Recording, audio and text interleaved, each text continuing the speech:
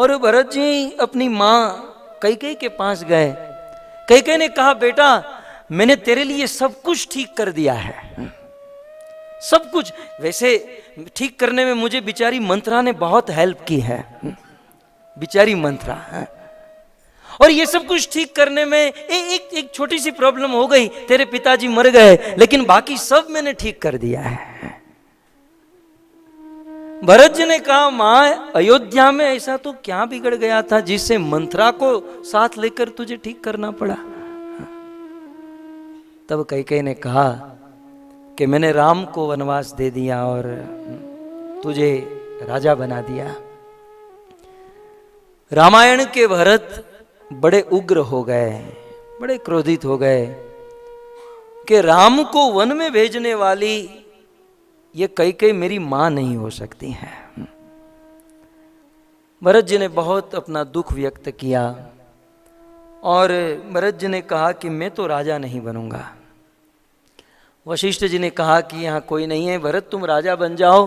बोले नहीं, आप लोग मुझे फोर्स मत करो, क्योंकि मैं आपसे कहता हूं कि यदि आप मुझे जबरदस्ती इस राज सिंहासन पर बिठाओगे ना, ये धरती मेरा बोझ सहन नहीं कर पाएगी, ये पाप धरती माता झेल नहीं पाएगी। क्योंकि मोहि राज हठू देई हुई जब ही रसा रसातल जाई ही तब ही। ये रसा, ये धरती रसातल में चली जाएगी यदि आपने मुझे इस सिंहासन पर बिठाया, क्योंकि मैं इसके योग्य नहीं हूं। तो प्रजा में से किसी ने कहा, भरत आप धर्म तोड़ रहे हो, आप धर्म चूक रहे हो। पूर्ण रूप से दुख से व्याप्त थे भरत। और भरत जी ने कहा, धर्म मैं नहीं भूला, धर्म आप लोग भूले हो। बहुत सुंदर आचार्यों ने लिखा, भरत जी ने कहा कि धर्म आपने भूला। मुझे कहो कि मेरे पिता के जो 2 वचन थे, वो 2 वचन कौन से थे? पहला वचन भरत को राजा बनाना, और दूसरा वचन क्या था? राम को वनवास। सो धर्म के अनुसार, नीति के अनुसार पहले भरत राजा बनना चाहिए और बाद में राम वन में जाना चाहिए। धर्म आप तोड़े हो, धर्म आप भूले हो। पहले मुझे राजा बनाना चाहिए था, बाद में राम को वन में भेजना था। आपने क्या किया? पहले राम को वन में भेज दिया और अब मुझे राजा बनाना चाहते हो। पहले मुझे राजा बना दिए होते और फिर राम को वन में भेजे होते तो मैं भी देख लेता कि दुनिया की कौन ताकत राम को वन में भेज सकती है। धर्म आप चुके हो। और मैं तो यहां राज नहीं करूंगा, मैं तो इस सिंहासन पर कतई नहीं बैठूंगा, मैं तो जा रहा हूं मेरे राम के पास। भरत जी निकल पड़े। सुंदर प्रसंग है रामायण का। जैसे ही भरत निकले तो अयोध्या की सारी प्रजा भरत के साथ, भाई भरत हम भी तुम्हारे साथ चलेंगे, क्योंकि हम भी राम के बिना जिए बिनु देह नदी बिन वारी, ऐसे ही नाथ पुरुष बिन नारी। जैसे शरीर के बिना प्राण, प्राण के बिना देह की हालत होती है, वैसे हमारी हालत। आज पूरी अयोध्या भरत जी के साथ चित्रकूट राम को वापस लाने के लिए जा रही है। प्रसंग तो ऐसा भी है कि जब सब लोग, लगभग पूरी अयोध्या जा रही थी राम यात्रा, चित्रकूट राम को लाने के लिए, कुछ लोग हमारे जैसे थे।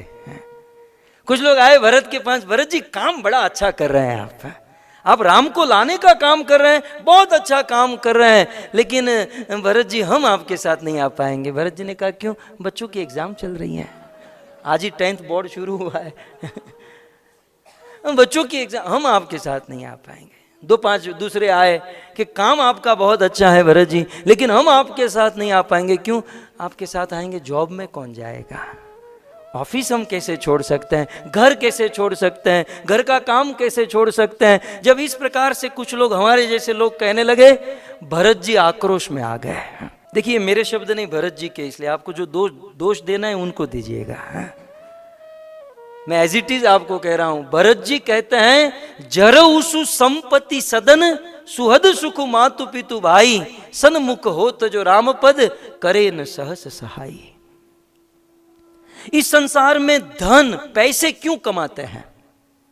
सोचिए, ये हमारा समाज, ये हमारा परिवार, ये बच्चे, ये सब कुछ क्यों मिला है? केवल एक ही कारण से कि हम भगवान के निकट जाए। भगवान के नजदीक जाने के लिए, ईश्वर के निकट जाने के लिए ये सारी वस्तु ये दुनिया में मिलती हैं। और यही वस्तु यदि भगवान से दूर कर दे तो इन वस्तुओं का क्या लाभ है? इसलिए भरत जी ने कहा कि जो धन, जो समाज, जो परिवार ईश्वर को मिलने में बाधा बन रहे हैं, उसे जलाकर राख कर दो, उसे त्याग दो। क्योंकि आंखों में काजल लगाया जाता है आंखों का तेज बढ़ाने के लिए।